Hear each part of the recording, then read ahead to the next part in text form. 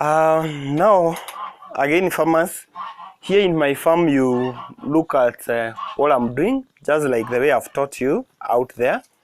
If you look at my space, one thing I would like you to note is in this farming, it doesn't require a lot of space.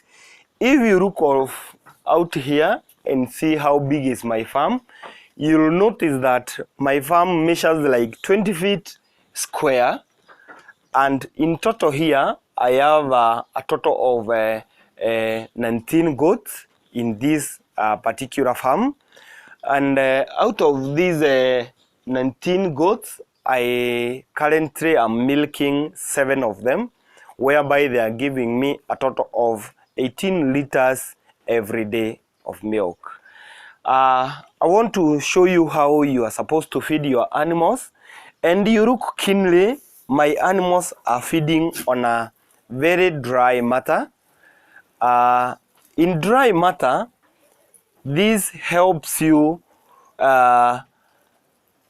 because the dry matter cannot get a lot of bacteria. So these dry matters, it is very healthy for them, and it is very nutritious. But for those who didn't know when I was talking about feeding them, you realize that my goats feed on 2 types of grass. And the grass, number 1, we call it Boma Rhodes. Boma Rhodes is more rich in carbohydrates. Then I also mix with another folder we call Lucerne. Lucerne is also another type of grass whereby it's very rich in protein. And remember, in this farming, as I told you earlier, I told you it's all about smart farming. And in smart farming, you need to use spend less expenses but earn a lot. And in this farming, if you want to get a lot of profit, you need to balance your expenses versus your income. So by this, what do I mean? You need to feed your animals on a well-balanced diet so that they can be able to produce more. In this farming, it's whereby we say, let these animals consume less but yield more. Because in feeding less, you are also having less expenses. Just like the way you can see, my animals are eating on a very well mixed, balanced diet.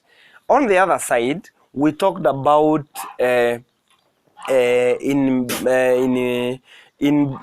feeding, we require like mineral salt for them to reek, and in this salt, in this mineral block, it helps their skin and also their bone, and also to maintain the minerals they require on their body. On the other side, you look at the one being milked. They have 2 types of mineral blocks, and one we call it a mineral block, then the other one we call a milk mineral block. It is suitable for the animals which are being milked. On the other side, you will see a basin with water, whereby these goats, because of feeding on dry matter, they require a lot of water. So you need to give them enough water for them to consume in every day whenever they require. You'll find other farmers, they do very big mistakes because they go and add like molasses in water to make that water sweet for their goat to consume. Let me tell you, that is doing the wrong thing, because you are just making this goat to drink a lot of water whereby the body don't necessarily need it. On my day-to-day duties, I talked about on feeding. If you look at my stock there, I normally buy my dry matter all the way from Naivasha, then I stock it here. After stocking it here, I I use the chaff cutter to cut it, then put it in small sacks. This reduces my time frame with my goats, because if you decide that you'll be cutting the grass every day, this will consume a lot of time, and maybe on the other hand you need to do other things. So I normally designate a day whereby I'll cut my grass, then store it for future use. This will help in saving time. On the other hand, you'll see we talked about space management. When I'm talking about the space management, is whereby if you look at my house, you'll see my house is very well raised from the ground. This space, it has a meaning. One, it helps in the droppings to come out of the place where the goats are staying. So this is where we talked about hygiene. In this, also it helps to control the pests. Pests like ticks, and also the other normal pests which normally disturb the goats, they won't be able to climb from the ground to where your animals are. So this space should be between 2 feet from the ground and a maximum of 3 feet from the ground. And that's why you see it has been raised to that level. And also, when we come to where now my goats are stepping on, you'll find that there are some gaps on the spaces there.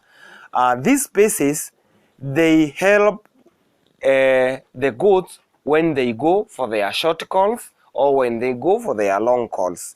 This will help the droppings to come out, and this space in between this timber, it is supposed to be between 1 inch and 3/4 of an inch. You should not increase that space more than 1 inch. You should not make this space less than 3/4 of an inch. The other thing, if you look at my top of my goat, I created another platform here, whereby because I don't have a space where I can build my store, you'll see now I created another platform here whereby I store my folder. This store helps me in putting folders for future use, because this folder is dry and you cannot expose it on lane or on the ground. It will get some bacteria from the ground, and then when it gets some wetness, then it will start developing some mold, and this mold is not good for these animals to consume. Again, remember, you have to keep this folder very well, because again, it is your money, because you didn't get it anyhow, you bought it, so you need to safe keep it because it is money. So that's why I have decided my house just like the way you can see it. More to that, this house, what we normally say, good housing gives your animals what we call comfort. If you look at my animals like right now, they are just chewing cud while they are sleeping. If this place was too wet, they could be chewing cud while they are standing. And for them to chew cud, meaning they are just relaxing. So because of the nice place you have given them, they are relaxing, and this is now the time they are making milk. They are now doing their milk production for me to wait in the evening to come and remove it. So this is the importance of it. Other than that, you need also to keep your area very closed, because not every person will come to your place and is maybe in good vision of what you are doing. So that's why I normally close this door, so that no any stranger no any unauthorized person is allowed to enter here. Unless you are authorized, That's why you are allowed to come in to my farm. Otherwise, if you didn't come here because of these animals, you are not supposed to come in here. This is about the safety of these animals and also the security.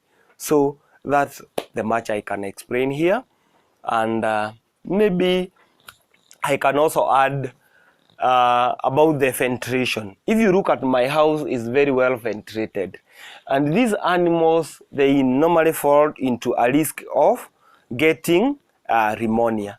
So when you are designing your house, you need to check on where does the weed come from and where does the weed go.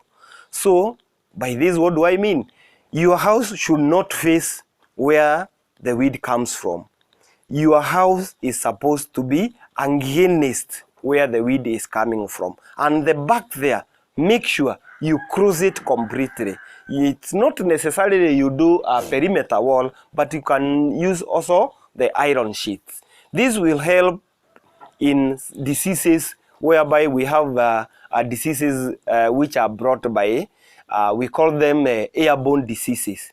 This will especially help when we have a lot of weed.